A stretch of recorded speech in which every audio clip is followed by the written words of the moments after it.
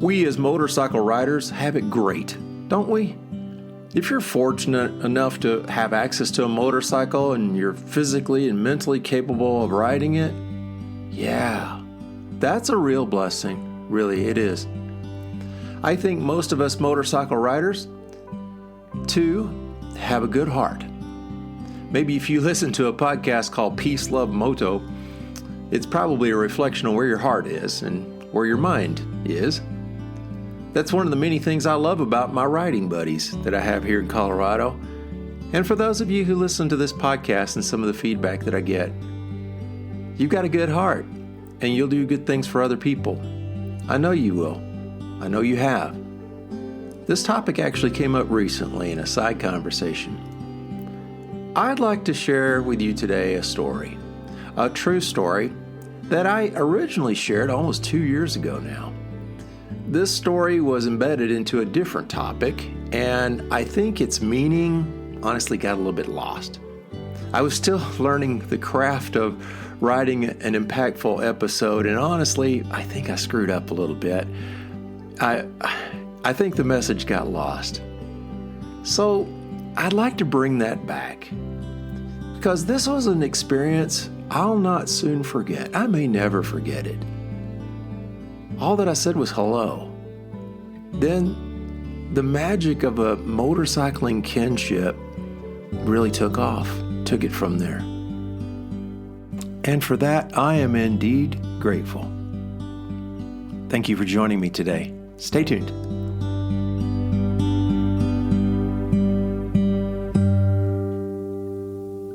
Recorded in beautiful Loveland, Colorado. Welcome to Peace, Love, Moto, the podcast for motorcyclists seeking that peaceful, easy feeling as we cruise through this life together. Are you ready? Let's go.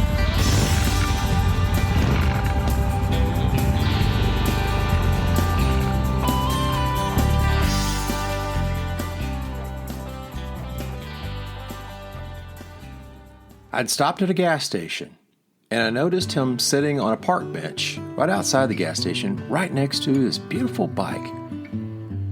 So he was just sitting there alone. After I filled up with gas, I walked over to him, told him how much I admired his looked to be a brand new Ducati motorcycle. Certainly looked brand new. He just kind of said that he had planned to go for a ride somewhere for coffee, maybe. Well, if you visited my website called motocoffeestops.com, you'll know that I know where the great coffee shops are and a cool way to get to them. So I asked him, hey, just join me. Come with me. Just follow along. We'll take some back roads and we'll go out to Howling Cow Coffee, some 20 miles away. Now, I had just met this guy. I didn't know anything about him. And honestly, I thought it was pretty odd that this guy's sitting on a picnic table by himself outside of a gas station, not doing anything. It seemed like he was just kind of staring out into space. Now, if you're a pretty experienced motorcycle rider like I am, it's pretty easy to spot other good riders, people who know what they're doing. So he had a really, really nice helmet. Notice that was sitting on the table. He's wearing a really nice jacket, really good gear, nice pants, just built for the job, heavy boots, good gloves. Yeah, this guy knew what he was doing. So when I asked him to follow me through the mountains, through some really twisty and challenging roads, he followed right along. I watched him in my mirrors. I wanted to make sure everything was okay, that the pace was all fine for him. He was staying right up there with me. The last thing I wanted to do is to hurt somebody. Well, we cruised up north on our way to a place called the Stove Prairie School, or the community of Stove Prairie. It's in this tiny little community called Bellevue. If you want to look that up on Google, look up the Stove Prairie School in Colorado, and you'll find it. It's a very unique spot. At the Stove Prairie School, we stopped just for a few minutes to kind of check in with each other, see if everything was going well. He said he was loving it so far, just loved the road. I said, fantastic. So we continued on east from there From the Stove Prairie School, we went over a mountain and then descended toward the Howling Cow Cafe. And it was at that cafe, over a cup of coffee, that he let me know what was really going on. I had no idea. He shared with me at that coffee shop what had happened just 3 weeks before. His wife passed away. He lost his wife 3 weeks ago. He said that it was her wish for him that he would go out and buy a new motorcycle as soon as he could, because she knew he loved to ride. So as it turns out, he told me he had come directly from the dealership. He had just ridden that motorcycle off the showroom floor. But after topping off for gas, he said, I just needed to stop and sit for a while. He said he had a lot to cope with. He said, until you came by and said hello, I was completely lost. Certainly nothing I could say would help to heal that pain. I guess in certain situations like this, our only job is just to sit there and listen and care.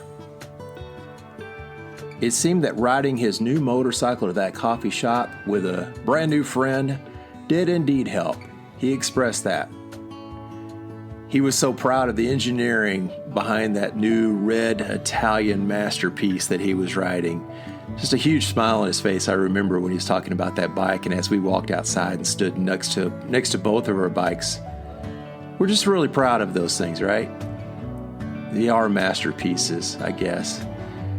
Vehicles that make us really, really happy.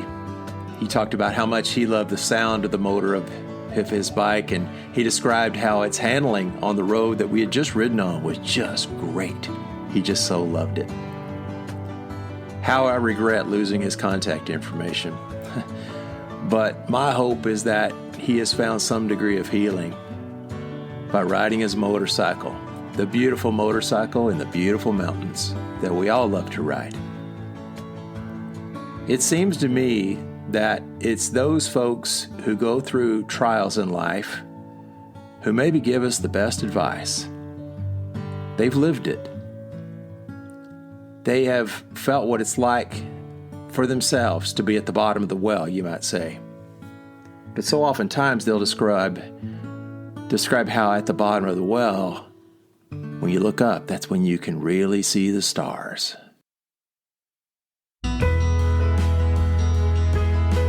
A huge thanks to my riding buddies here in Colorado for your love and for the joy I have riding with you. And for my listeners, I hope that you'll go out and say hello. Find a stranger and say hello. You may change a life, and it may be yours. Thank you so much for listening. I wish you peace. I wish you love.